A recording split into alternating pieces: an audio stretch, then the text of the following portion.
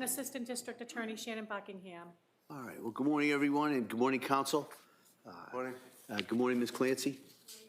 All right, so before we get going, let me talk to council about today's schedule and kind of where we go. So if I could see everybody at sidebar, please.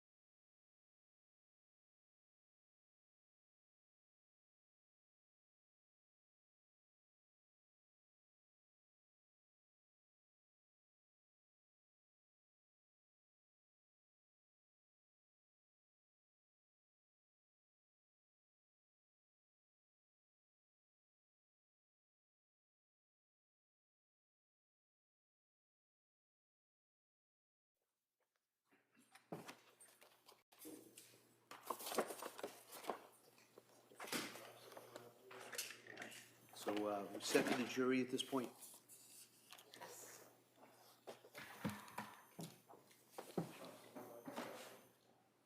You still have the driver and the DVD? Yeah. I might be in it.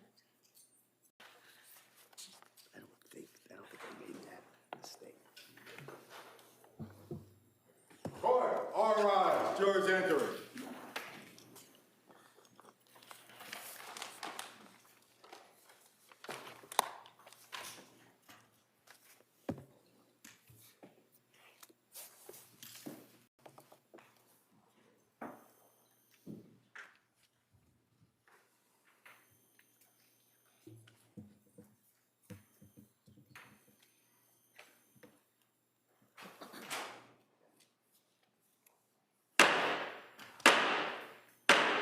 Hey, hey, hey, all persons having anything to do before the Honorable William Sullivan, Justice of the Superior Court, now sitting in Plymouth, within and for the Commonwealth. Draw near, give your attendance, and you shall be heard. God save the Commonwealth of Massachusetts. This court is now in session. Please be seated.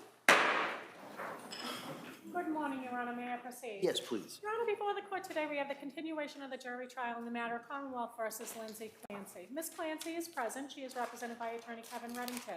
The Commonwealth is represented by Assistant District Attorney Jennifer Sprague and Assistant District Attorney Shannon Buckingham. All right, well, thank you, Madam Clerk. Good morning, everyone. What I'm going to do, as you know, I'm going to ask you those questions to make sure everybody was able to follow my instructions. And then at that point, we'll talk a little bit about today's schedule. All right, so we'll get to the questions. First question is, any member of the jury read, seen, heard, or overheard anything from any source about any aspect of this case that would affect your ability to be fair and impartial? Last question, is there any other serious matter of concern bearing on your service as a juror in this case that anybody needs to bring to my attention? All right, great. Thank you for following those instructions. Today, we're going to continue with the Commonwealth's presentation of evidence. The anticipation is that we will go probably similar to we had the last couple of days into the afternoon. All right, and then after that, before I send you home, I'll talk again with counsel in regards to the schedule for the rest of the week and kind of where we are. All right, so when you leave here today, you probably have a little bit better idea as the schedule for the rest of the week and into next week. All right, so so with that, I think we'll return to the Commonwealth's case. Attorney Buckingham. Your Honor, Commonwealth would call Daniel Lawler to the stand, please.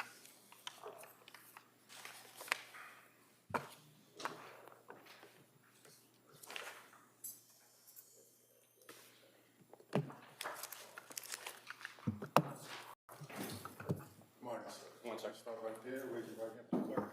Good morning. Do you solemnly swear that the testimony and the evidence you shall give to the court and the jury in the matter now pending between the Commonwealth and the defendant's class shall be the truth, the whole truth, and nothing but the truth, so help you God? I do. Thank you, sir. You may have a seat. Watch your step. All right, good morning, sir. Going on.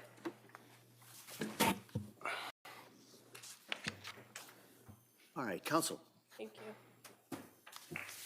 Good morning. Good morning, ma'am. Could you please tell the jurors your first and last name? Yes. First name's Dan, last name's Lawler, And where are you employed? with the Massachusetts State Police. What's your rank with the state police? Sergeant, And how long have you worked for the state police? 9 years. At some point, did you work in an assignment with the Plymouth County District Attorney's Office as part of the State Police Detectives Unit? Yes. And how long were you with the Plymouth County DA's Office State Police Detectives Unit? From March 2021 until June 2025. I'm going to draw your attention back to January of 2023. Do you recall going out or responding to an incident that occurred in Duxbury? Yes. And the incident occurred at 47 Summer Street in Duxbury? Yes. And you're aware that that involved a death investigation where 2 children had been declared deceased, and at the time, there was another child that was being treated at the hospital? Yes. What were you asked to do, or what was the first thing you did in relation to this investigation? I responded to the South Shore Hospital in Weymouth. And why did you go there? I was advised by my supervisor to respond. Okay, and were you aware that a woman by the name of Lindsay Clancy had been transported there to South Shore Hospital? Yes. And when you arrived at South Shore Hospital, was a Duxbury police detective already on scene? Yes. And do you recall who that was? Detective Matthew. Now, when you, meaning the State Police Detectives Unit, are involved in an investigation, is it common that you would utilize the services of the Crime Scene Services section of the State Police Yes. and the Crime Scene Response Unit?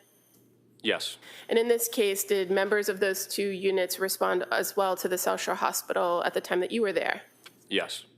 Do you recall who from the Crime Scene Services and the response unit responded? Chemist Maureen Hartnett and Trooper Rose Stoffers. Did you have the occasion to observe Lindsay Clancy at the South Shore Hospital? Yes. And she was in the emergency department, correct? Correct. And was she able to speak, or was she intubated? She was unable to speak. Did you observe her to have medical equipment and being treated while you were there? She had medical equipment attached to her person, yes. And did you observe her to have injuries, visible injuries? Yes. At the South Shore Hospital, in addition to speaking to Detective Mafia and assessing Lindsay Clancy, did you do or serve anything on the hospital themselves? Yes. What did you do? A preservation notice. And what is a preservation notice? The preservation notice is to preserve the defendant's urine and blood. And you provide that to staff at the hospital to ensure that the blood is saved unless and until a warrant is obtained for that material? Correct. And in addition to serving the preservation order, did you collect some items that were removed from medical staff that were on Lindsay Clancy, the defendant? Yes. What did you collect, or what did they provide you? It was her clothing and wedding ring and wedding band.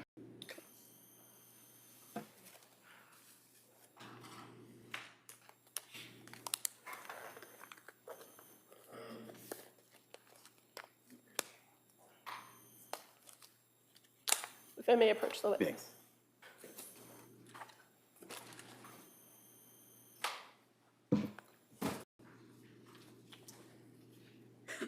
Well, she's putting her gloves on. I have no objection to any of this, Judge. Okay, all right.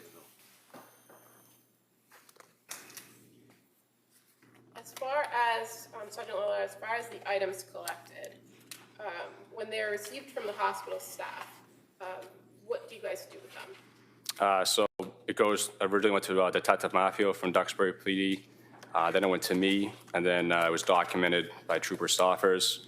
And then some of it will go to the office, or will go to the crime lab. In this case, went to the crime lab. Okay. But as the state police trooper on scene, the investigator on scene, you at some point retain custody of the item. Correct.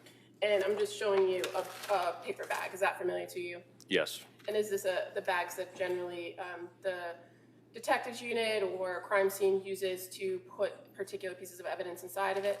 Yes. Since I just struggled to put the gloves on, I'm just going to show you the item if that's okay.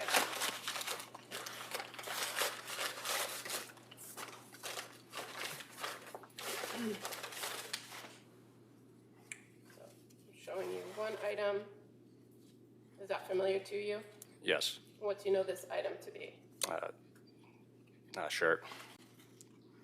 Is it a piece of clothing that you obtained from the hospital? Yes. Does it appear to be a woman's tank top? Yes. Okay. And are you able to observe some staining on the front?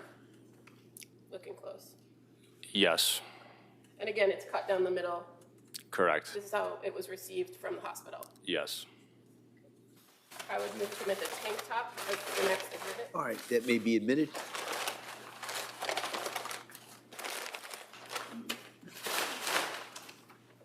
Exhibit 223. Thank you. Showing you another item. Is that familiar to you? Yes. And what are these? Jeans. And these were also cut and off the defendant and received by the medical staff at Social Hospital? Yes. And on these jeans, you see a little bit of staining on the front. Yes. I would move to admit these as the next exhibit. That may be admitted. 224. Thank you.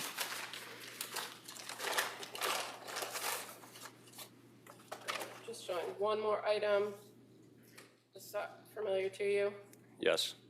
Appears to be a woman's bra, correct? Correct. Cut down the middle, Yes. and it has some staining in the front, in the middle where the cuts are. Correct. And is this an item that was collected that was on Lindsay Clancy's body on January 24th, 2023? Yes. Move to admit this as the next exhibit. That may be admitted. 225. All right, thank you.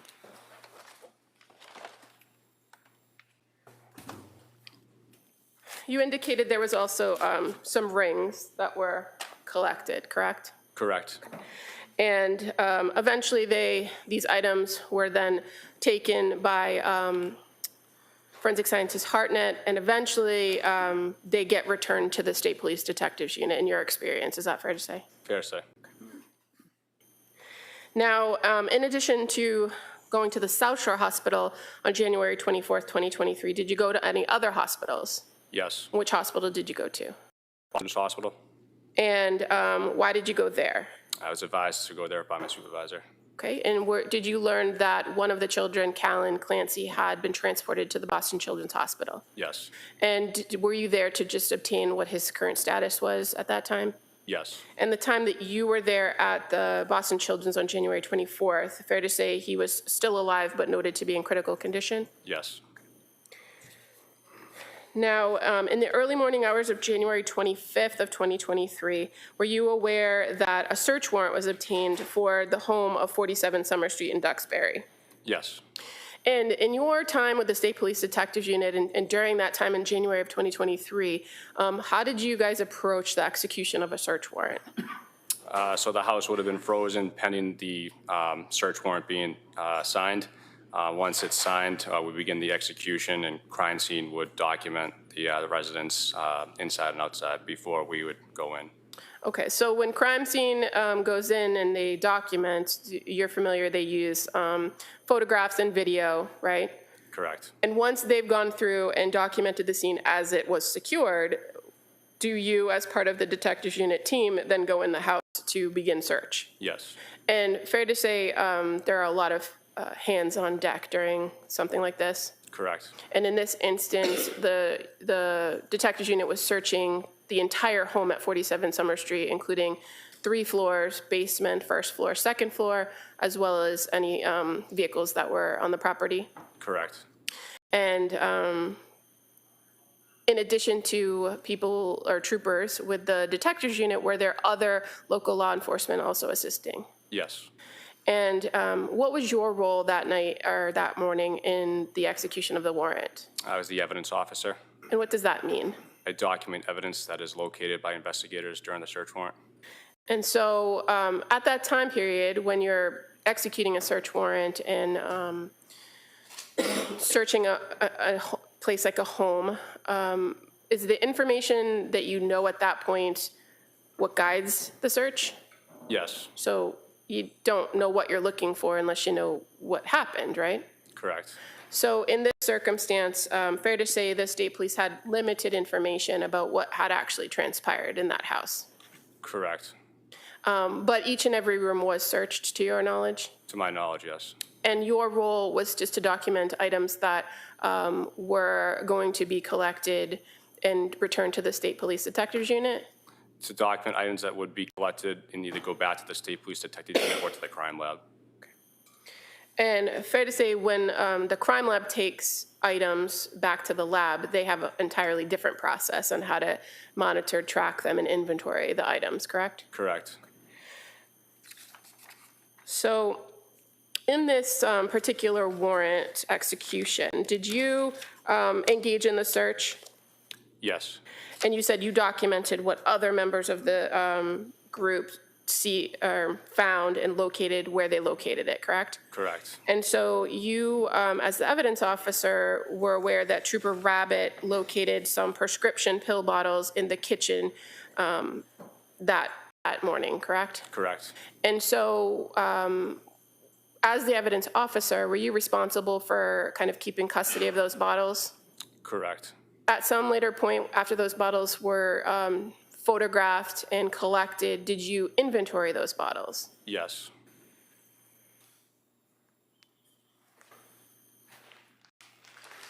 I'm going to just show you what's been marked as Exhibit 155, if I may approach the witness. You may.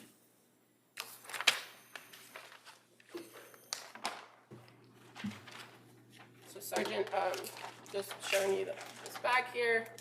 It's already been marked, Exhibit 155. I'm going to show you 4 pill bottles.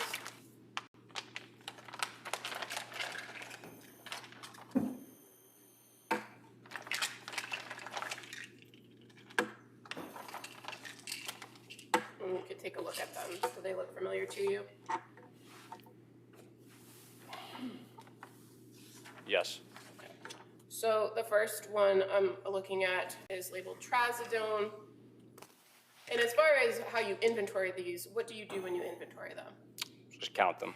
Okay, so do you also review the information on the label as to what should be in the bottle or what the original prescription was? Yes. So as far as the trazodone, it says filled on January 12th, 2023 with 30 in it. And so you counted to determine how many were left, right? Correct. And so fair to say there were 20 remaining in this bottle when you inventoried it. Correct. The diazepam, 5 milligrams, date filled January 9th of 2023 with 14 as the quantity. You counted what was in this bottle, Correct. and there's 2.5 left in there, correct? Correct. And diazepam, 2 milligrams, date filled January 16th, 2023. It has 3 listed on there, right? In type. Yes. But there appears to be like a pink mark through it. Correct. Did you put that pink mark on there? No. Would that have been there when the bottle was seized? It could have been. Okay. But regardless of how many it said were the quantity, you counted how many were actually in this bottle. Correct. And fair to say there were 9.5 remaining in that bottle. Correct. And the last one, amitriptyline, 10 milligrams. It says date filled January 16th, 2023, quantity 30. And you counted how many were left in this bottle as well. Correct. And there were 22 in this bottle. Correct. And you documented that as this was put into evidence in the state police. Yes.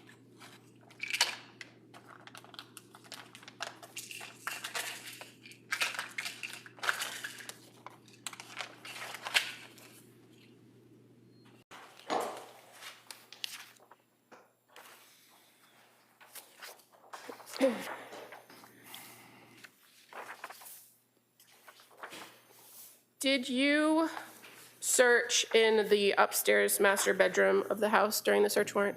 Yes, I assisted with the search. Did you locate anything that you documented or collected to take back to the state police? Yes. In the master bedroom? Yes. Okay. What did you locate? I believe it was a baby monitor and a Google Nest camera. Okay.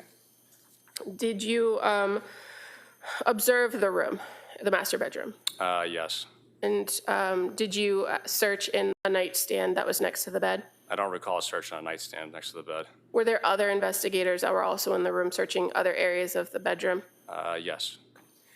And as far as any additional work you did on this particular investigation, again, fair to say the detective unit works as a team and divides up work and for follow-up. Correct. And you participated in some follow-up investigation by speaking to some witnesses, correct? Correct. And at some point, you were also asked to go to the Brigham and Women's Hospital where the defendant was following the sheriff's department, keeping watch of her. Correct. Do you recall what day you went there? I don't recall the exact date. Okay. When you went to the Brigham and Women's Hospital, was she in her own room, or was she in like an open area She was in her own room. When you were there on watch, did you go into the room or were you outside the room? Outside the room. And as far as your memory of whether anyone else besides medical staff went in there, at any point when you were there at the Brigham Hospital, did you observe another individual come in to visit with her or meet with her? Yes. And were you advised that that person was coming in? Yes. And were you advised that that person was allowed in with a court order? Yes. When the person went in, did you know if it was an attorney, a doctor, somebody else? It was not an attorney, it wasn't a doctor. It was, I believe, a psychiatrist. And when that person went into the room, did you go in the room as well? No, And where did you stay? outside the room.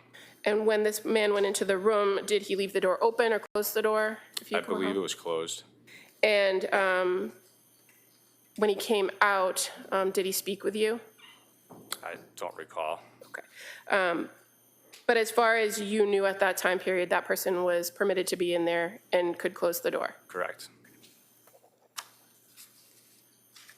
And you don't know what was said or what was done in that room? No. No. Thank you. Mr. Reddington? So your position was as a sergeant for the state police on these dates that you testified to? No, sir. At the time, I was a trooper. Trooper? Yes, sir. You assigned to the district attorney's office? Yes, sir. It would be the Plymouth County DA's office, meaning these prosecutors here, right? Correct, sir. Actually, you have an office in their office, right? Correct, sir. You don't have to call me sir.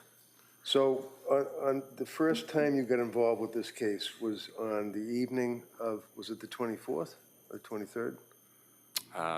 Tuesday, I think it was the 24th. Okay. And do you recall what time it was that you went there? To the South Shore Hospital. Yes, I'm sorry. Approximately 7:30 p.m. Now, at that point, you had known, obviously, that this was a major investigation involving the death of 2 children and 1 serious injury to another child. Is that correct? Correct. The media was absolutely insane all over the location of the house and in the hospitals and everywhere. Isn't that right? I recall media at the house. I'm not sure about the hospitals, though. Okay. It was a fairly horrific and largely attended to, if you will, event. Is that correct? Yes. And Lindsay was, when you went to the South Shore Hospital, that's where you saw her before she was transferred to the Brigham and Women's, right? Yes. When you went in to see her at the South Shore Hospital, she was in the emergency room, right? Yes. Would you agree with me that she was pretty well, she had the intubation tube in her mouth, she had tape on her face, she had her arms all taped up and wires and tubes and everything else, right? Yes. And it was a very confusing and quite frankly shocking sight to walk into that room and see her there in that condition, right? Yes. And you, about your duty, collected clothing and her wedding band, correct? Yes. And you went through all that with the items you seized, and you introduced those into evidence and noted what the government said appears to be stains, but it was blood on her clothing. Is that right? I would say. Appeared to be, Yeah. in your experience. Yes. Any shoes? Did she have any shoes, sneakers, slippers, anything like that?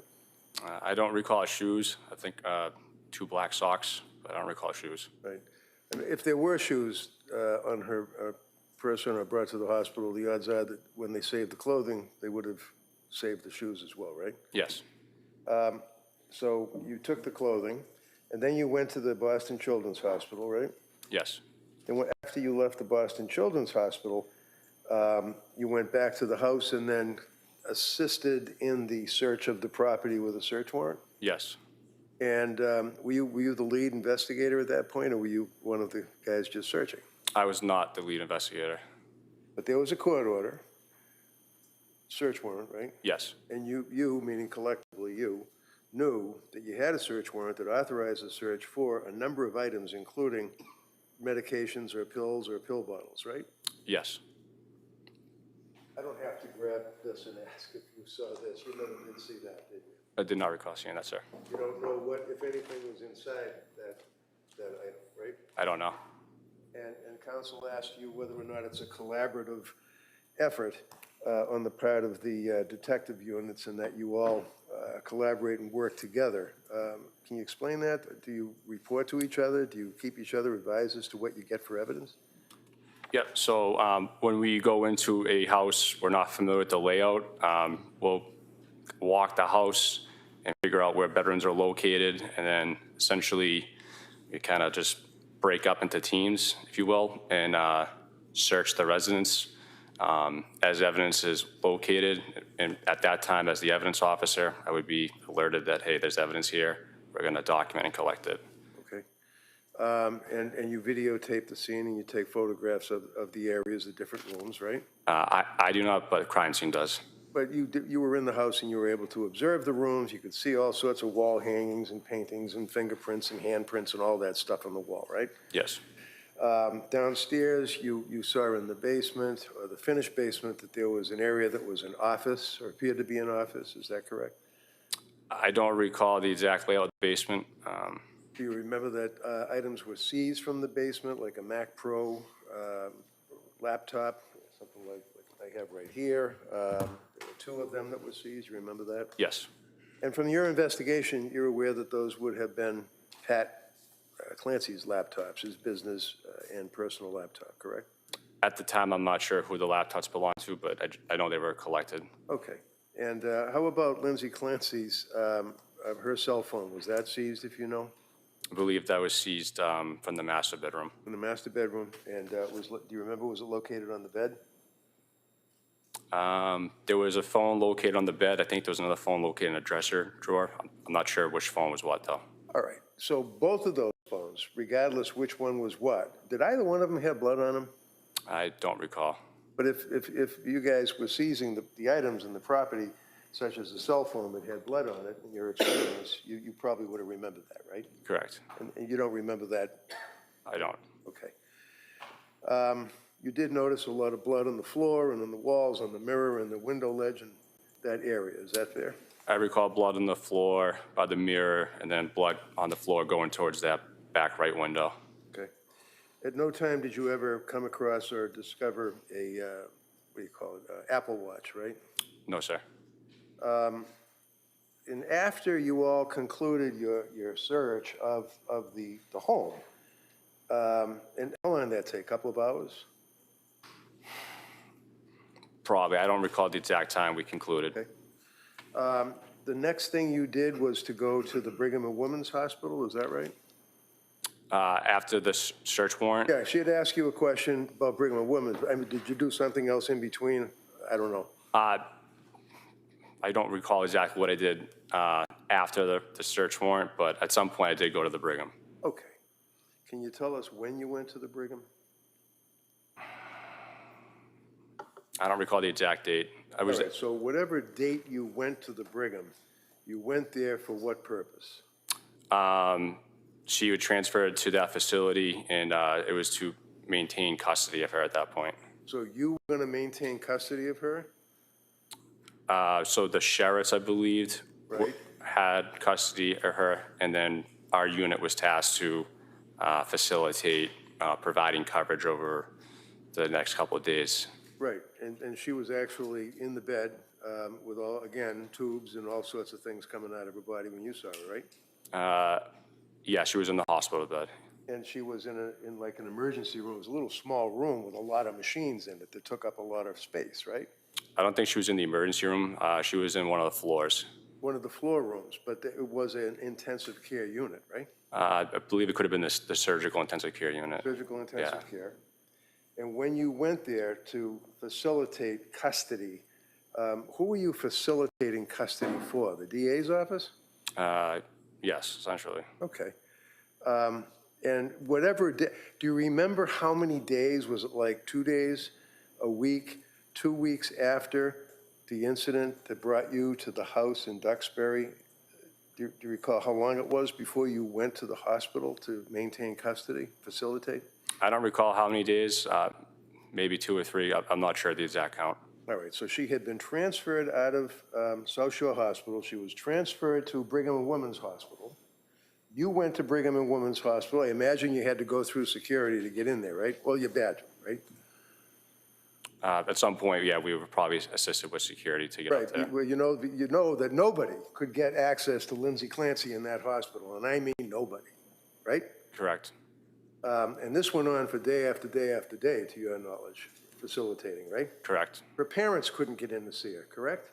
I don't believe so. She had an attorney that had difficulty, not me, but another guy that had difficulty getting in to see her. Isn't that right? I'm not aware of that difficulty.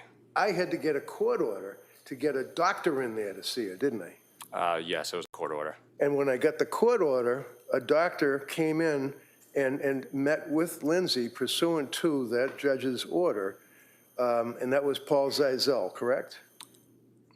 I believe that's the name. I'm not sure if he was a doctor, but I believe that was the gentleman that came on the court order. Okay, only because in your direct you said that he was not a doctor, but he was a psychiatrist. So, I mean, it's just, you knew that he had something to do with head doctor, psychiatrist, psychologist, something like that. Correct. Okay. Did he have to clear it with you to get into the room? He checked in with myself and the other trooper. We were advised that he was coming and to let him in on the court order. All right, now I wasn't there on that occasion, right? No. And when Dr. Zeisel, or whoever it was, went into the room to see her, it's your memory that he was allowed to shut the door. Is that correct? I believe he shut the door. Now, you were involved in this investigation pretty intensely, working with the DA's office, right? Correct. Isn't it fair to say that one of the contentions of the district attorneys is that Paul Zeisel, my doctor, that I got a court order to get in to see her, told her to call Pat and tell him that she heard voices? Can I see counsel at the sidebar in regards to this?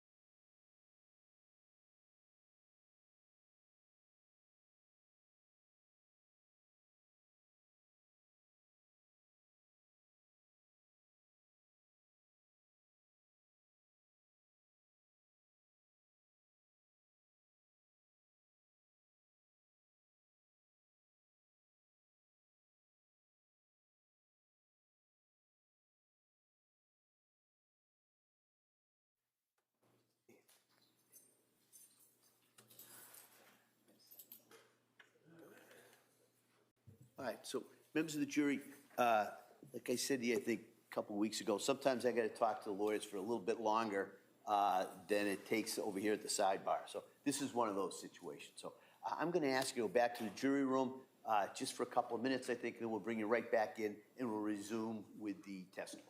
Okay? Court, all rise. Good. No folks on the chairs. This way, please.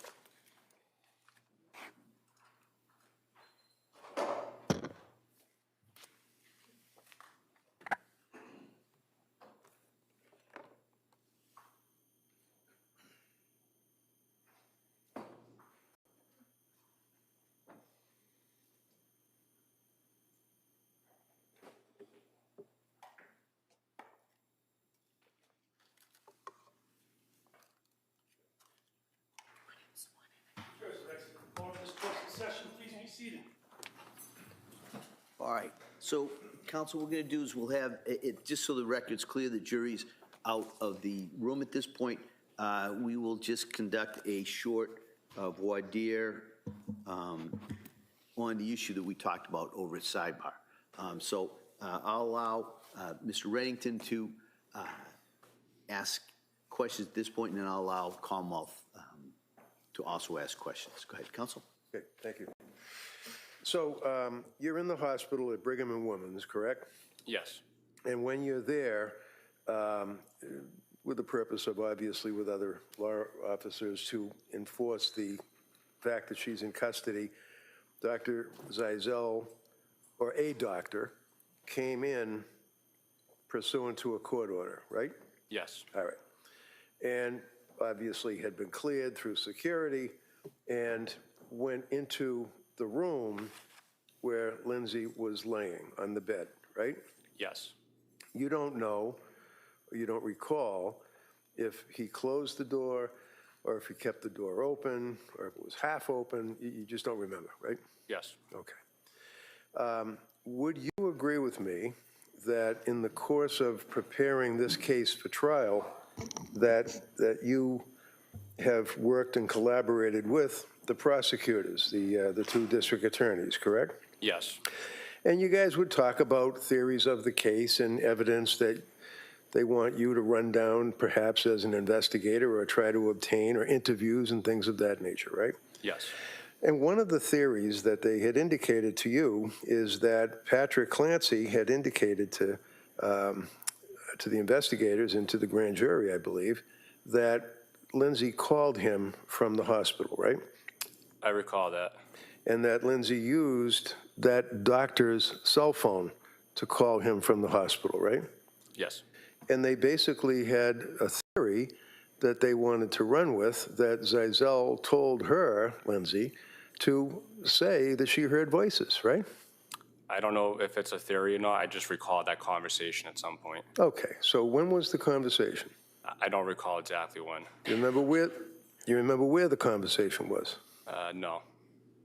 You don't, okay. I'm assuming at the office. I just don't recall specifically when. And who was it you were talking to? Probably could have been one of the troopers in the office working the case. One of the troopers, is it McGilligan? Probably. He's the case officer, so I'd imagine it probably would have been with him, sir. Probably could have been him. Yeah. How about any of the prosecutors? You talked to the DAs about that? I don't recall specifically speaking to a prosecutor about this. Well, how about not necessarily specifically, but do you have any memory of talking to the prosecutor about, quote, this, end quote? No. So what is it that your memory is that the trooper, whoever it may have been, or the investigator for the state police may have been, what did that person tell you? That at some point when Lindsay was in the hospital with the doctor and the court order, that she made a phone call to Patrick and they discussed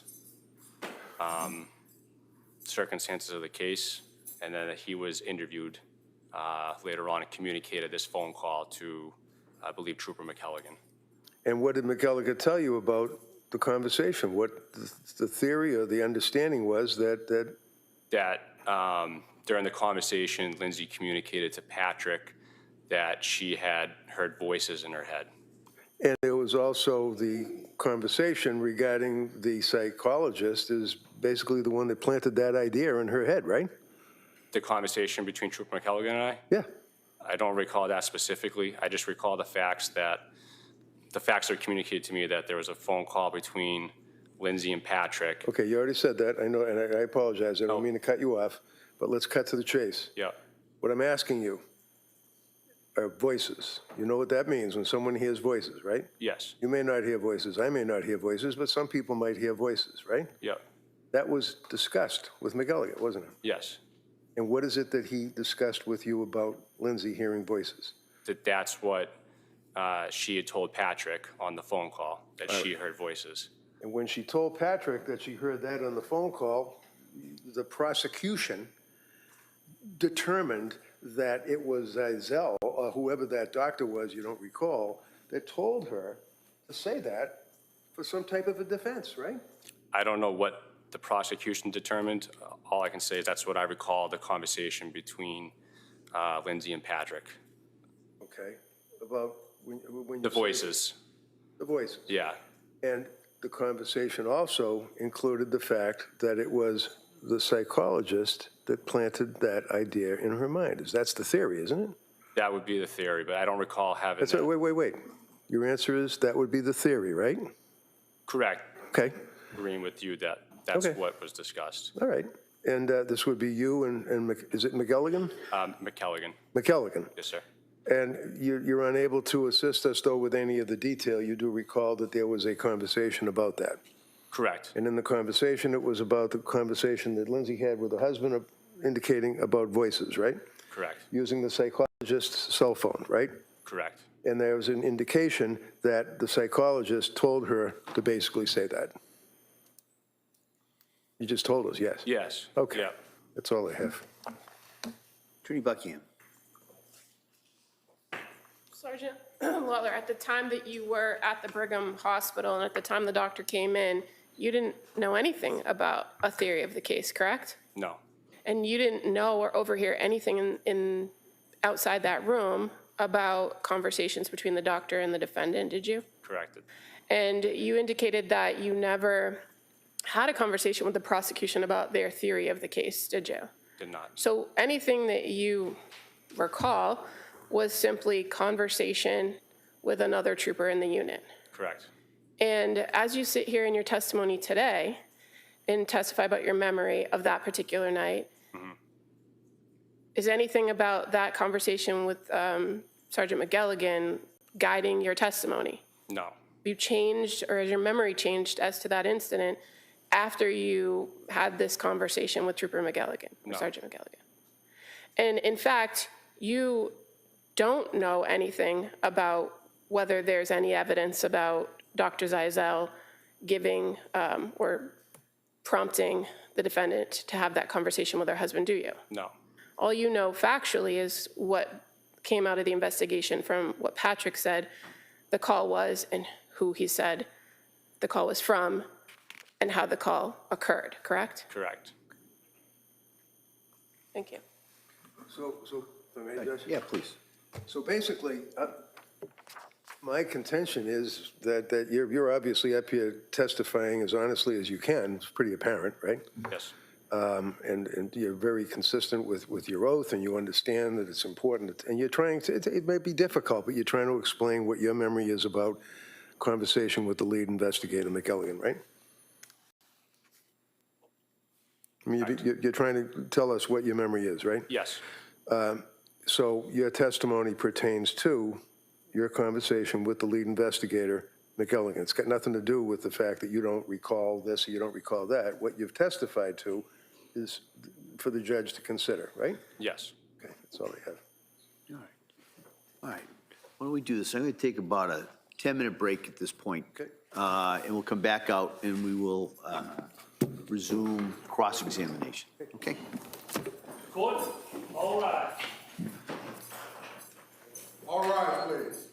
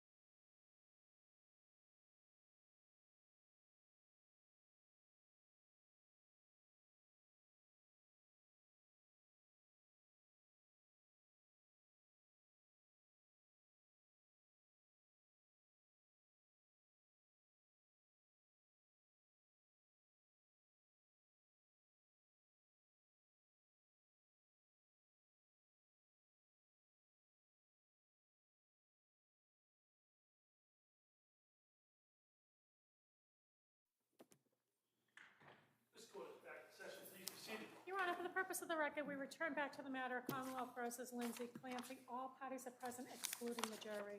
All right, counsel, can I see your sidebar?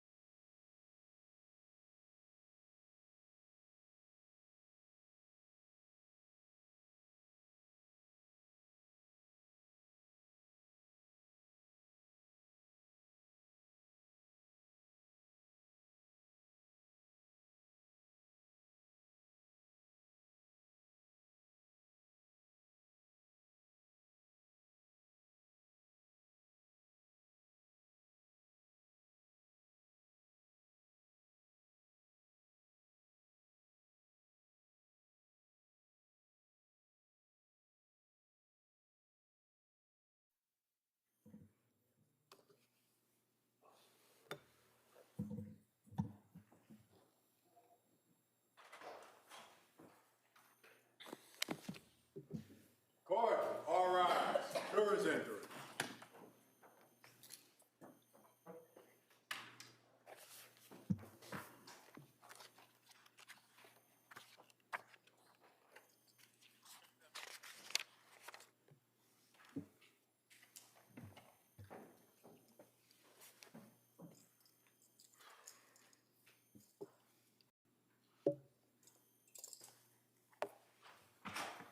This court's now in session. Please be seated.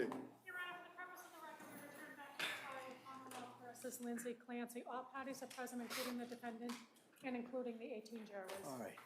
Members of the jury, thanks for your patience. We were able to deal with that issue. And so we're going to return now to the cross-examination.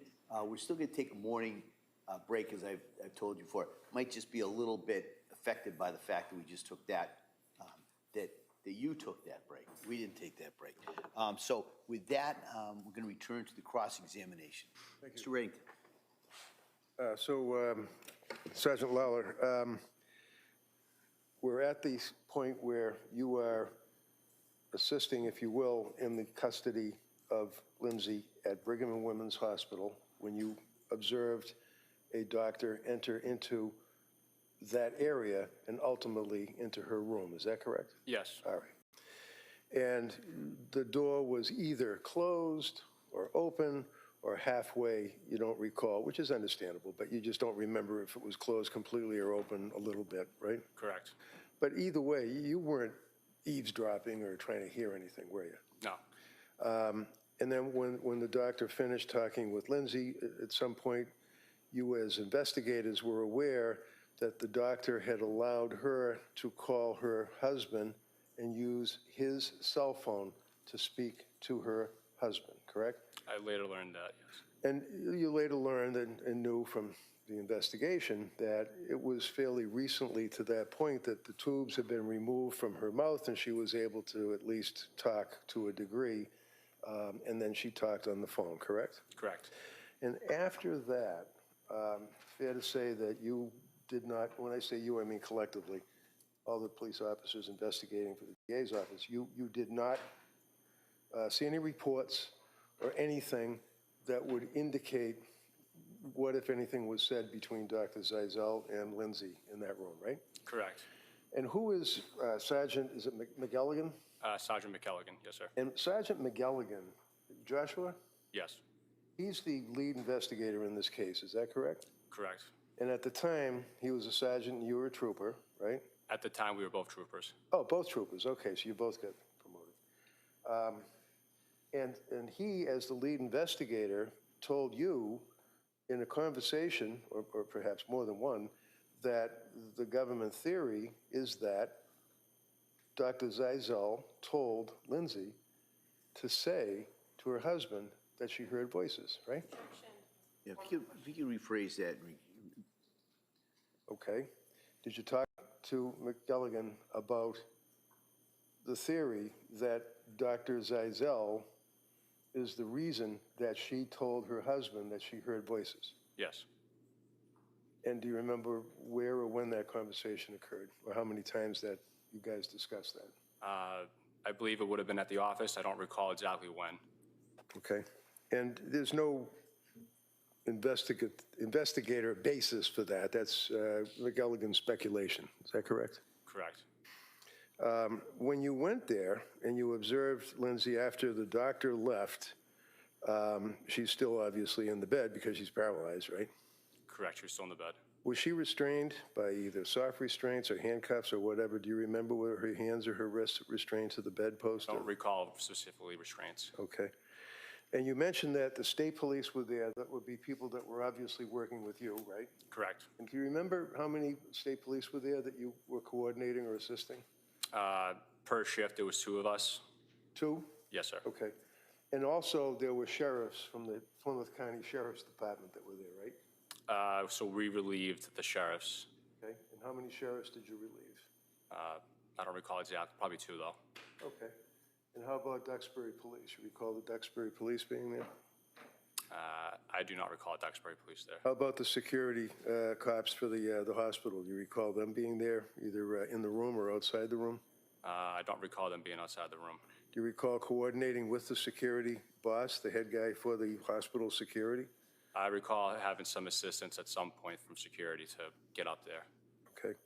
And do you remember how many days it was that you were assisting in the custody situation of Lindsay before she was allowed to have family and me and different people visit with her? I don't recall exactly how many days. About a week maybe, or less, or longer? Less than a week? Less than a week? I think, yeah. I don't remember exactly, though. And even though she was allowed to have visitors, still the police presence was there, is that correct? After I left, I'm not sure after I left what the visitation was like. So when you say after you left, do you mean when you left the hospital, you mean after you were finished with your tasked duty of dealing with her security and being under arrest? Correct. After my assigned shift, I don't. So after you were involved, obviously you don't know what happened after that? Correct. Okay.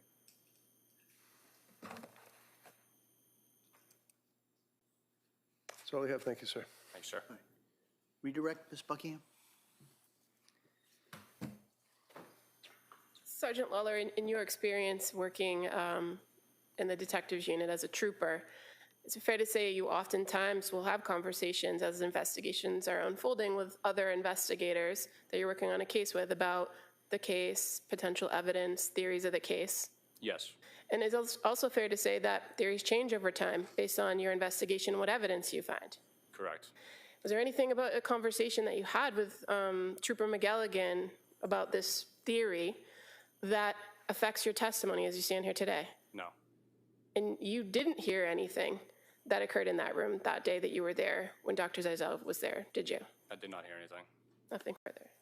Just briefly, well, your testimony, basically, unobjected to, is talking about clothes that were seized at the house and the other investigation going to the hospitals. That's it, right? Objection beyond the scope. Sustained. All right. All right, anything further? All right, thank you, sir. Thank you, Your Honor. Thank you.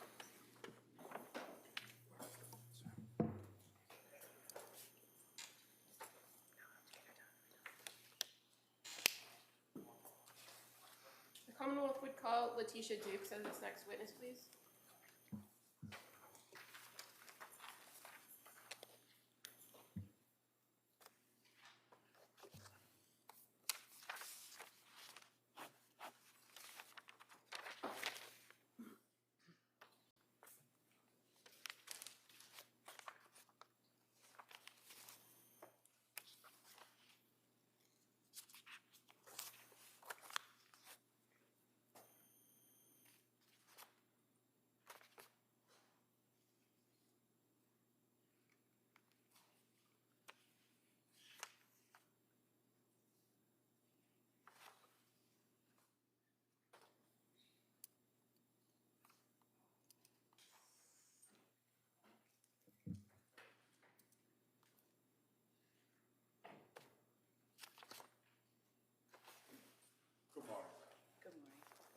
here, raise your right hand for the clerk, please. Good morning. Do you solemnly swear that the testimony you give in the jury in the matter shall be the truth, the whole truth, and nothing but the truth? You may have a seat.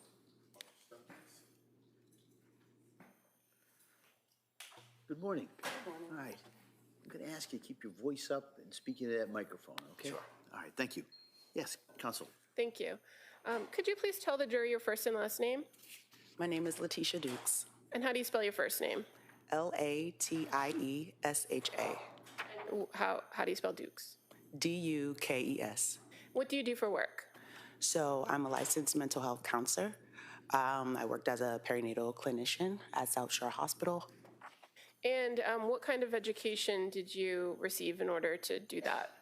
So I have a bachelor's in psychology, a master's in mental health counseling, and a master's of education in mental health counseling. And you mentioned the South Shore Perinatal Clinic. Do you still work there?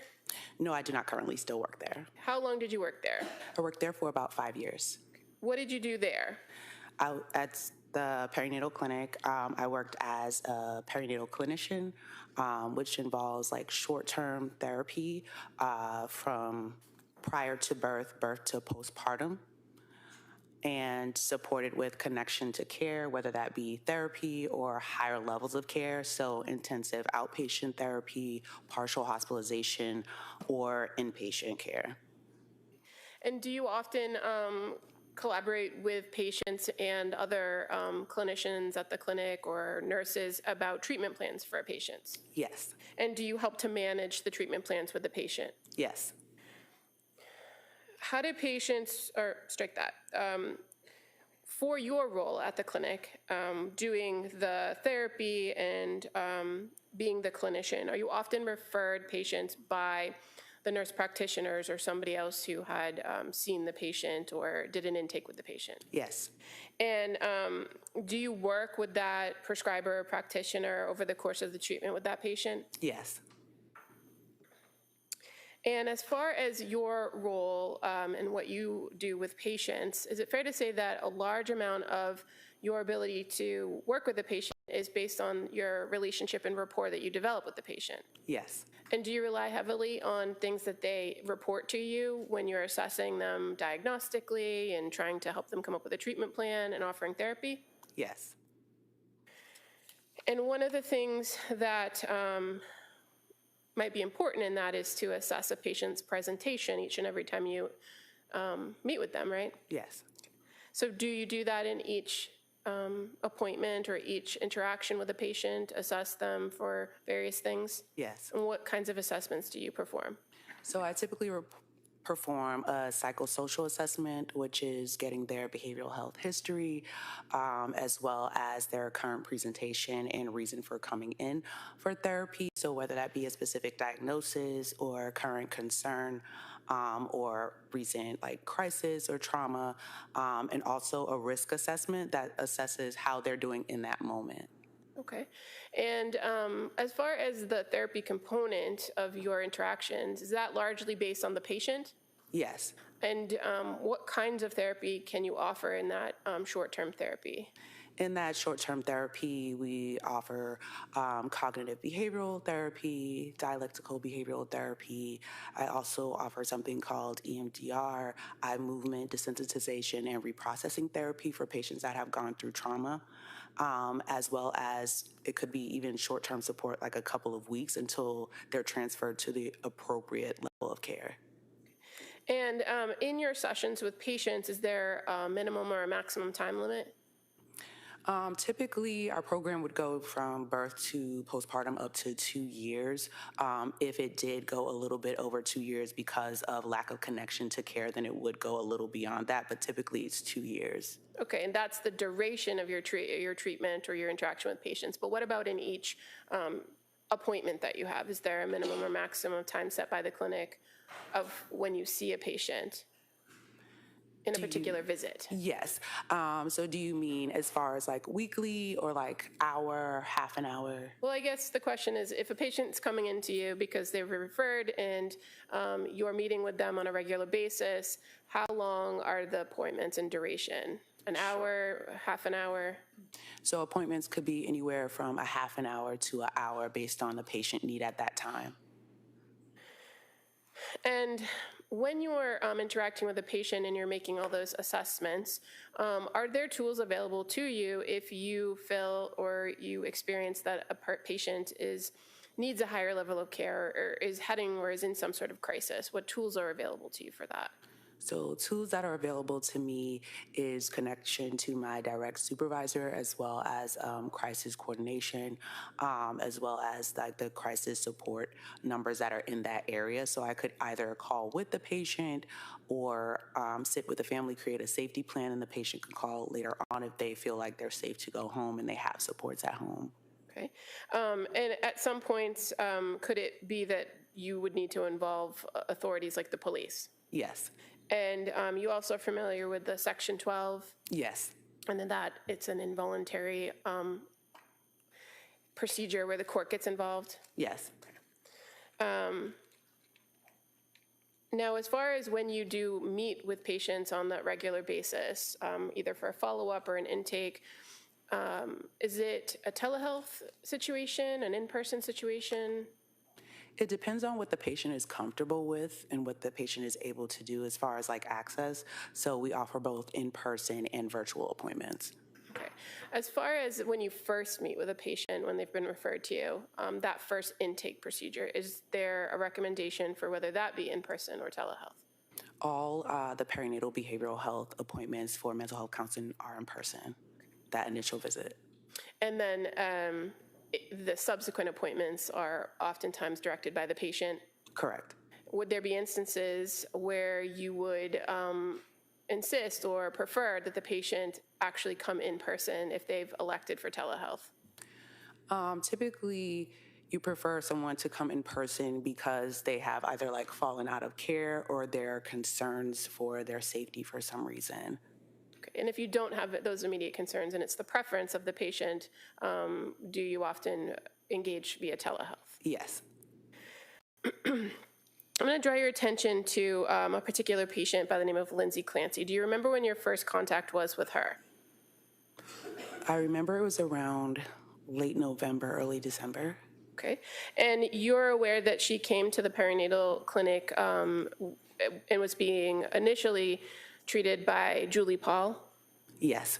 And by the time you engaged with her, she had her care had been transferred to Rebecca Gelada, correct? Yes. So fair to say you had the most contact with Rebecca Gelada about this particular patient? Yes.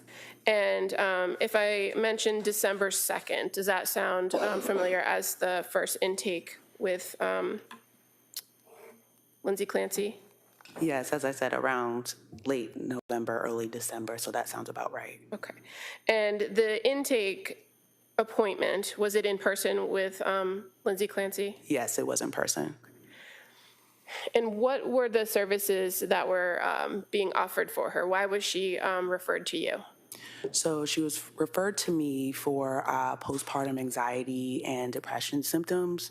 That's what she was referred for. Okay. And in this first intake, did you go through that psychosocial history with Lindsay Clancy? Yes. And did you have some previous information from an intake with with Julie Paul, or did you do it fresh on your own? Fresh on my own. Okay. And so again, this is information that the patient is reporting to you about their history. Yes. And so in this instance, you noted that the defendant told you, or Lindsay Clancy told you that she had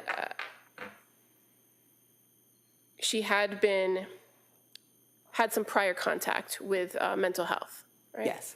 That she had engaged with a psychiatrist in nursing school, and that she had been prescribed medication at that point, correct? Yes. And that she, prior to coming to the clinic, that she had been engaged with a psychiatrist. Yes. Did she identify what her concerns were, or what her presenting concerns were to you?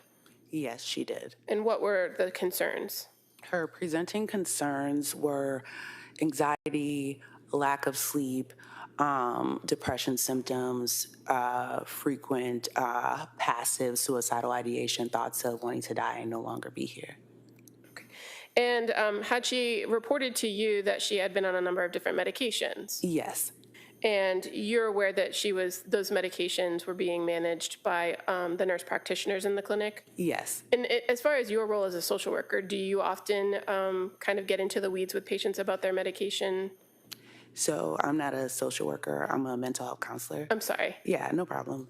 But I typically have an overview of medications, but I don't particularly get into prescribing or how to take medications. Okay. And so what's the focus of your role in offering counseling services to women with postpartum anxiety and depression at the clinic? So my role would be to create a treatment plan to address the concerns, which would be like the anxiety and depression symptoms, and work on coping skills and building community supports around that. Or if she needed a referral to a higher level of care, I would do that.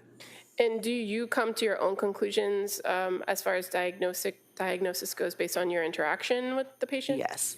And in this first interaction with Ms. Clancy, you got her history. You also did some of those assessments, correct? Mm-hmm. And so as far as assessing her present condition, kind of how she presented to you, did you make observations of her mood? Yes.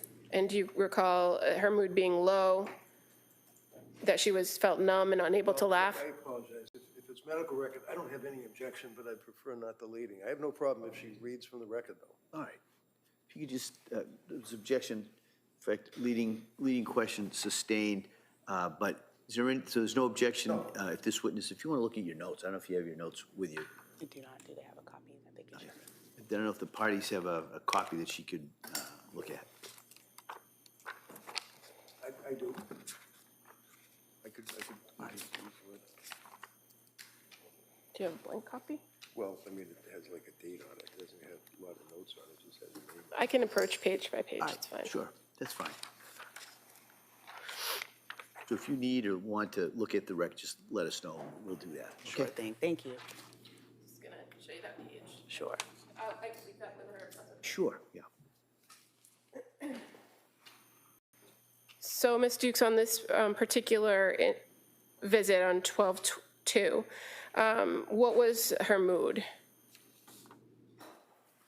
So she reported having low mood and feeling numb. Okay. And so you said she reported. So in the note that you're reviewing, these particular questions or these observations that you noted, are they based on her reports to you about these areas?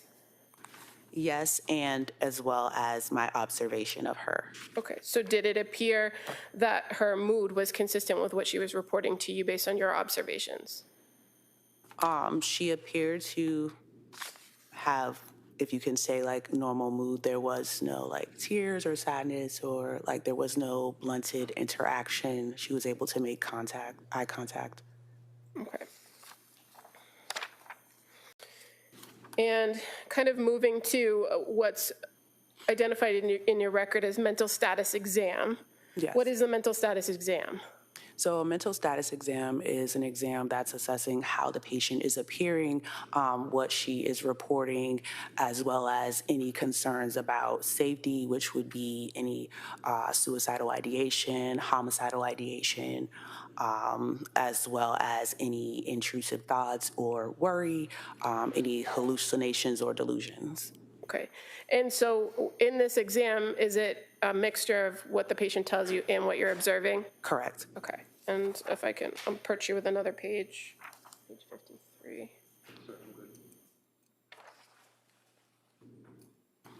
Thank you. In regards to, on this particular first encounter on December 2nd, when it comes to the mental status exam, were you able to observe her facial expressions? Yes. And what were your observations of her facial expressions?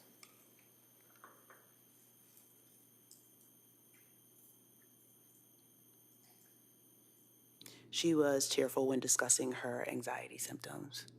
Okay. And did you also ask those questions about thought, thought content? You just have to answer out loud. Yes. Okay. And so what did she say about thought content? So thought content, worry about her infant and that she had an addiction to Ativan. And you said you also, in this assessment, assessed suicidal thoughts, correct? Correct. And so did you ask her anything more about those passive thoughts that you indicated she reported? Yes, and what she reported as far as like passive thoughts were thoughts of not wanting to be here or no longer wanting to live, but no plan. And is that significant to you, the fact that she identified there was no plan? Yes, And why is it significant? because if she identified that she in fact had a plan, then that would escalate me to see it as a crisis and request higher level of support at that time. As far as your observations of her thought process, were those within normal limits? Yes, And her intellectual functioning, were those within normal limits? yes, Did she report to you any past attempts to harm herself or others? no,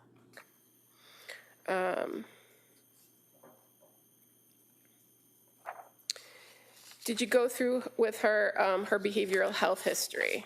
yes. And other than what you indicated as the anxiety and sleep, did she identify any concerns around substance abuse issues? So she did identify concerns about, not in her history, but in that visit, about misuse of Ativan. And if somebody expresses concern about that substance use, do you have a tool available to you to assess whether they have substance use issues? Yes, so there is an assessment within the initial intake appointment that has a specific section to further assess substance use disorder. Okay. And did you identify whether she presented with any substance use disorder issues? I did assess that she did not present with any substance use disorder issues. And as far as her expressed concern to you, fair to say it was focused on the one particular medication, the medication Ativan, correct? And why did you not find that to be an issue based on your assessment? Based on my assessment and how she stated she was supposed to be using it, it was used correctly to remedy the anxiety symptoms. And after this initial intake, I guess the first question is approximately how long is this initial intake appointment? The initial intake appointment is typically an hour. And after having spent the hour, gone through these assessments, spoken to her about her history, were you able to come up with or give an opinion about diagnosis? Yes. And based on her presentation to you, what was your opinion about diagnosis? At the time, my opinion about her diagnosis was postpartum anxiety because she had a lot of anxiety about most things. Okay. And so what were your recommendations as far as a treatment plan for her? My recommendations at that visit was outpatient therapy, continued medication, and weekly visits with me. And why did you recommend outpatient therapy on top of therapy with you? So outpatient therapy was kind of like a blanket therapy, but more so like intensive outpatient therapy, partial hospitalization therapy. And was your role in offering her weekly sessions an attempt to kind of bridge services and make sure she was getting everything she needed, or something different? To bridge services. And so after that meeting with the recommendation for weekly visits, did you begin to schedule additional visits with her? Yes. And after that particular visit on December 12th, did you send her any particular information? Yes. And how do you do that? How do you send patients information if you're not able to give it to them? I can send it through my chart messaging. And on this particular day, after your meeting with her, you sent her some resources about cognitive behavioral therapy, did you not? Yes. Your next contact with her was December 5th. Why December 5th, if you had just met with her on the 2nd? That may have been the soonest available appointment that week for her. Okay. And it was shy of the 1 week, right? Was there anything in your meeting with her on the 2nd that made it necessary to have a shorter appointment? No, This next contact on the 5th, was that in person or telehealth? telehealth. And on this day, on the 5th, when you met with her, did she report some additional information or report how things had gone over the weekend to you? May I see my notes? Sure.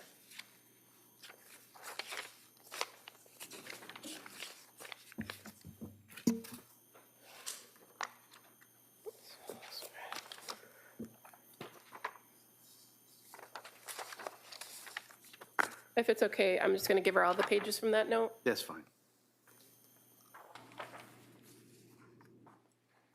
Thank you. Yep. Thank you. Okay. I'm just reviewing the note. Sure, take your time.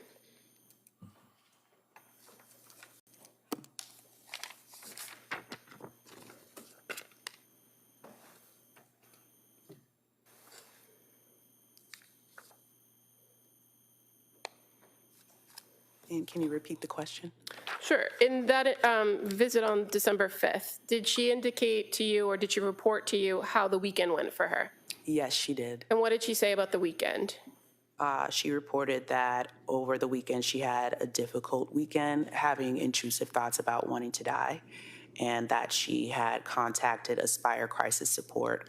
She met with the clinician virtually and was told that she did not meet the criteria for inpatient treatment due to having no SI plan, suicidal ideation plan. And so when she reported the intrusive thoughts and having a tough weekend, did you follow up with her and begin to kind of talk with her about that? Yes. And what did she tell you about what she was feeling in those intrusive thoughts?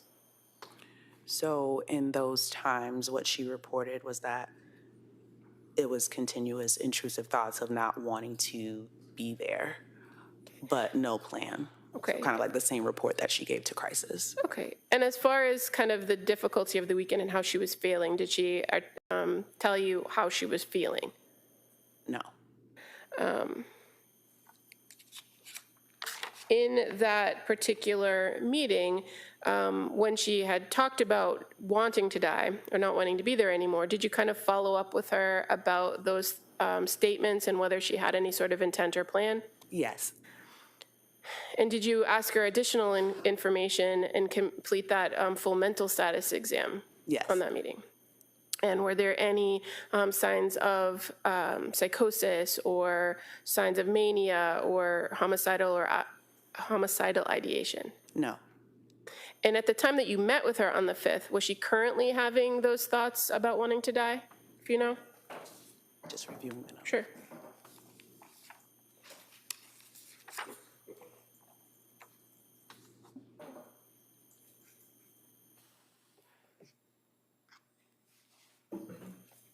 In that visit, she had no suicidal ideation. Okay. And on this particular visit on the 5th via telehealth, did somebody else participate in the visit as well?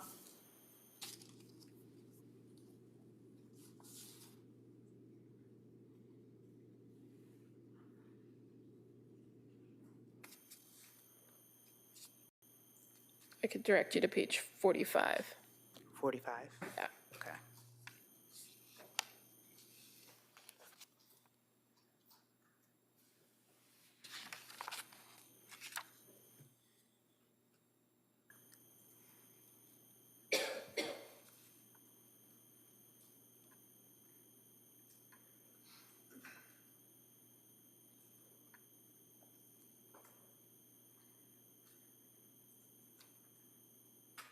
Yes, her husband joined the visit.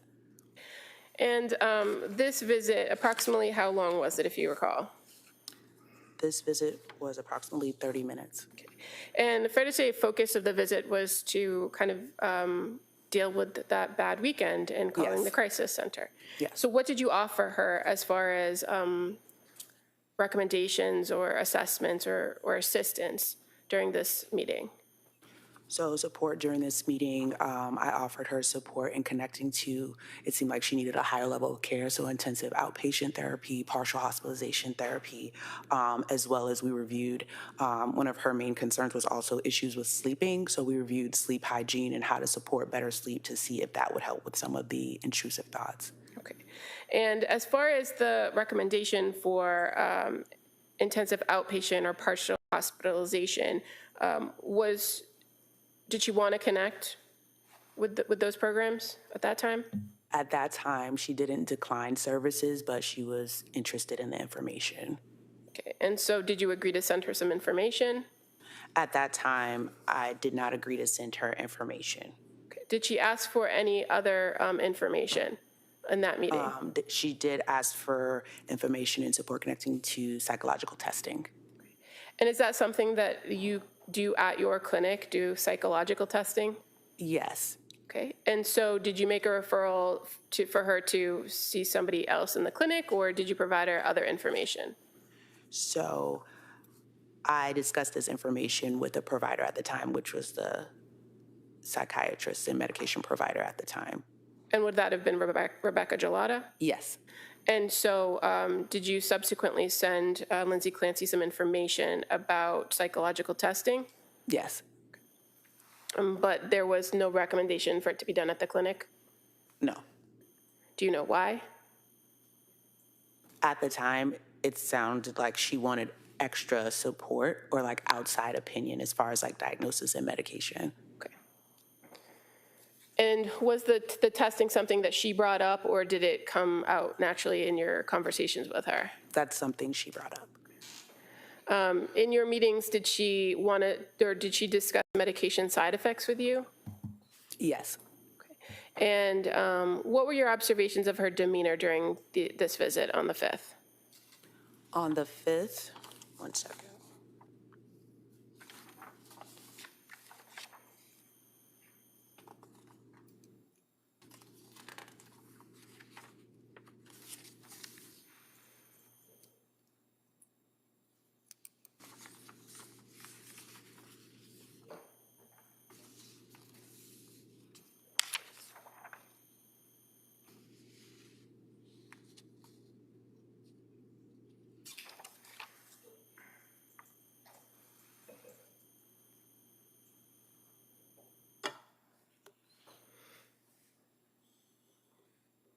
Her presentation overall was within normal limits. She didn't appear like anxious or different than in any other visit I had with her. And this is kind of your second meeting with her, right? Yes. And how many meetings did you have overall with her during the time she was at the clinic, if you know? 4. So, but you had spent an hour with her on that intake where there's a lot of information exchange, right? Yes. So was there anything different about how she presented, how she spoke to you or answered questions during this follow-up on the 5th? No. And as far as the conversations about the bad weekend and calling crisis, did you have any concern that she was in crisis? No. And you made those recommendations for a higher level of care, correct? Yes. But nothing that would have prompted you for those other interventions that you've previously described to us, right? Right. Did you ever in this visit see signs of mania? No. And is that something you look for? Yes. And did you ever see signs of delusions or paranoia? No. How about psychosis? No. Now, your next contact with her was December 12th, correct? Yes.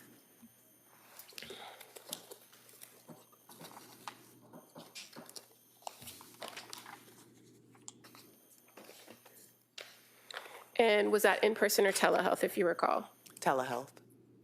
And on the 12th, did you have further conversation with her about your previous recommendations about partial hospitalization programs? May I review? Yep. Thank you.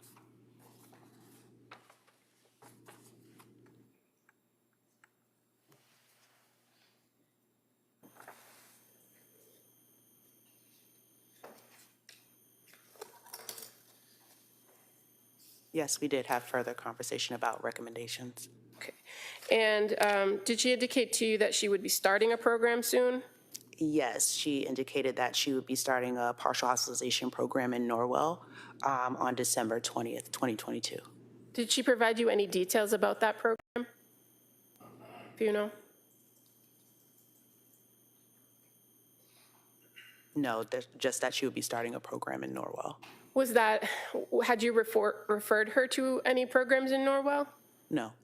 And in this meeting with her, did you continue to talk about her need for higher level of care? Yes. And did you make recommendations on a different program? Let me just look.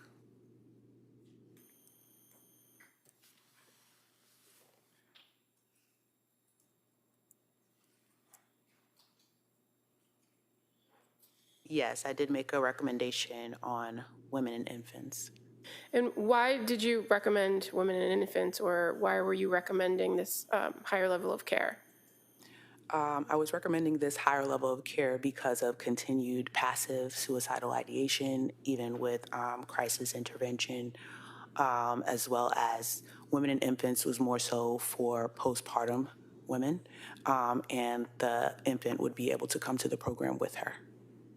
And so the program at Women and Infants is something that you're familiar with working through your clinic, correct? Yes. And you often make referrals over there? Yes. Do you require the patient's consent to make a referral? Yes. Did Lindsay Clancy consent to the referral at that time?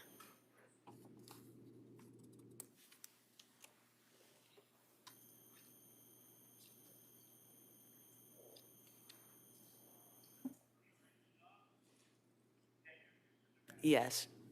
And so did you work to make that referral after that visit? Yes. Now, you mentioned that she had continued passive suicidal ideation. In this meeting that you had with her, did you assess that? Her suicidal ideation? In this visit particularly, did she have passive suicidal ideation? Well, do you ask if they still have that, Yes. or if they currently have thoughts of suicide? Yes. And in this instance, did she have thoughts of suicide or wanting to die? Just reviewing, hold on.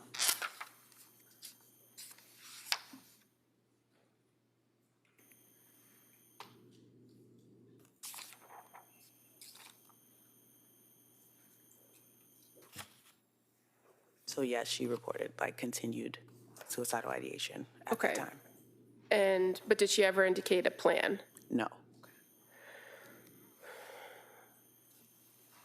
Having met with her on the 12th, did she ever articulate to you that she had made any attempts? No. And in your conversation with her on the 12th, were you able to identify any protective factors based on everything that you knew about her at this time? Now, this is your third time with her, right? Yes. So what were you able to identify as protective factors for this particular patient? At this time, she had supports, which were her husband and her mother-in-law. At this time, she was able to, from the past visit I had with her, able to contact crisis when she felt like she needed extra support. So she was able to follow through with suggestions that I had given her in the previous visit. Okay. And based on your visit with her on the 12th, she accepted a willingness to go to one of those programs, right? Or Yes. at least be referred. Yes. So was there anything about your interaction with her on December 12th that warranted any of those higher levels of intervention from you? No. Now, the next time you met with her was on December 19th, correct? Yes. And was that the final time that you met with her? Yes. On that day of December 19th, was that in person or a telehealth? May I review the note? Sure.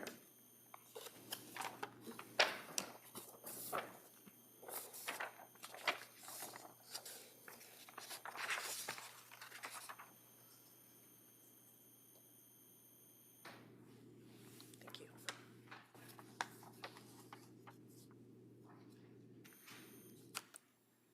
That visit was virtual, and what was the question? That was the question. Thank you. So on this particular visit on the December 19th, did she report any further issues or anything that had happened between the 12th and the 19th that were of concern? So she was continuing to have low mood and numbness. She did not have any SI and had no need for crisis intervention over that weekend. Okay. And did she indicate to you that she had been doing things at home to try to help with her mood? Yes. And what was she doing? Let's see. She was spending time with family, and her children, and exercising. Now, at this point, as the December 19th rolled around, had you already put in that referral to women and infants? Yes. And did you know if she engaged with women and infants by that point? By that point, women and infants had reached out to her, but she had missed the call, but said she would contact them back. Okay. Now, one of the concerns that you often talked about in your meetings with her was sleep, right? Yes. And in this meeting with her on December 19th, did she report any improvements in her sleep?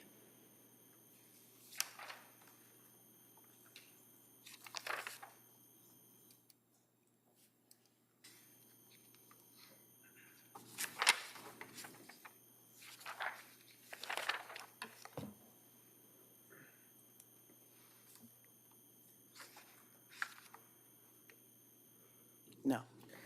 Well, if I direct your attention to page 13, at the top of the page where it says risk assessment, there's a category for neurovegetative disturbances. Do you see that? Yes. Can you show me what you mean by page 13? Oh. Where does it say 13? I'm looking at prior ones. I don't know, those don't have page numbers, but the one I gave her has 13. It's December 19th. That's the Okay. last page of her note. It's this one here then, right? Yep, Okay. there Okay. should be 3 pages. I got one. What did you note under neurovegetative disturbances? I reported that sleep has improved.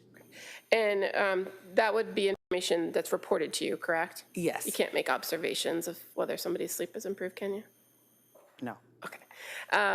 So in this instance, she told you she was going to follow up with the referral, that she was waiting for a call back, that she had improved sleep, but that her mood kind of had remained the same, low mood, numbness, right? Yes. Okay.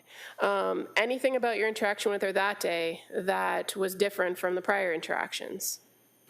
That day, she seemed to be more engaged. She was able to smile. She was able to laugh. And she was enjoying time with family. And so did you look at that as something positive? Yes. Was there anything about your interaction with her on this day, on December 19th, that made you think that you needed to invoke a higher level of care? No.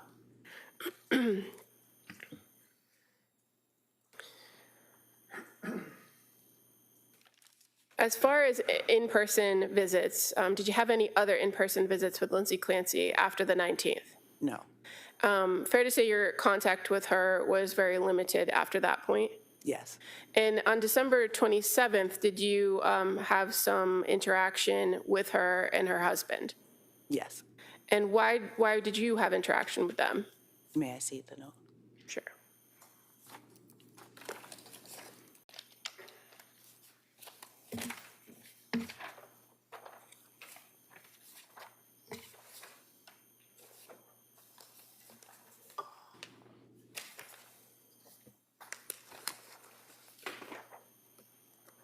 There's four notes. Thank you.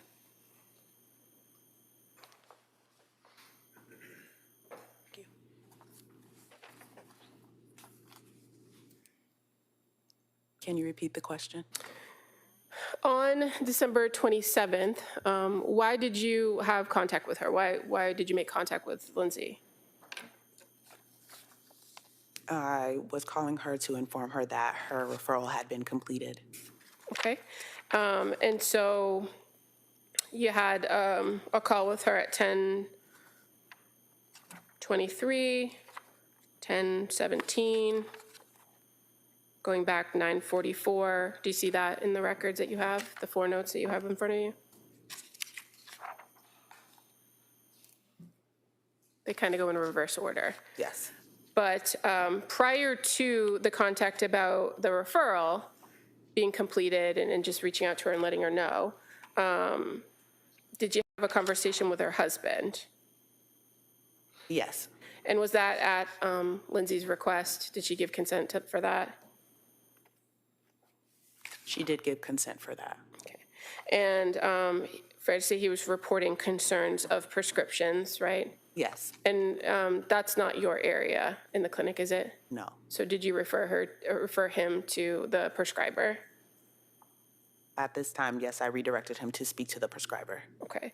And again, in each and every encounter that you've had, did you further recommend that she engage with a higher level of care, either a partial hospitalization program or an outpatient program? Yes. Now, at any point that you were interacting with her between December 2nd and the last contact with December 27th, albeit limited, did you ever have any concerns about her physical well-being? No. Did you ever have any concerns about the physical well-being of others in her presence? No. Did you ever see or observe any signs of mania, delusion, or paranoia? No. Any signs of psychosis observed by you? No. Did you ever have any difficulty understanding what she was saying or notice any differences in her speech patterns? No. Did you ever have any concerns that she wasn't accurately reporting things to you? No. And did you ever feel the need to collaborate with your provider for a higher level of care or an additional intervention? When I did, yes. And so would that be for the calling the police, Section 12 or safety? Hold on, go ahead. We'll ask that and then we'll. My question was, in any of the times that you engaged with her, did you ever engage with your provider to come up with a plan for safety planning, Section 12, or any other of those interventions you discussed before? No safety or Section 12, no. So as far as recommendations, would you agree that those were the recommendations for higher level of care? Yes, for IOP or PHP services. Okay. And on that last visit that you had with her, she reported doing things outside of the home, right? Yes. And that stood out to you Yes. as what? As an improvement in mood and ability to connect with others. Thank you. If I may have a moment to put these back together. Why don't we take the delayed morning break at this point? So hopefully it'll be a little bit shorter than normal, but we'll get you, we can stretch your legs. We'll have you back here in a couple of minutes, okay? Court, all rise, please. Jurors, close your notebooks.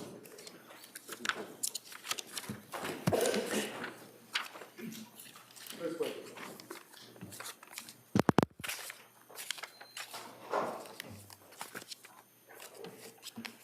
I can see what you were referring to. Yeah, I just have to put them back together because they're a little out of order.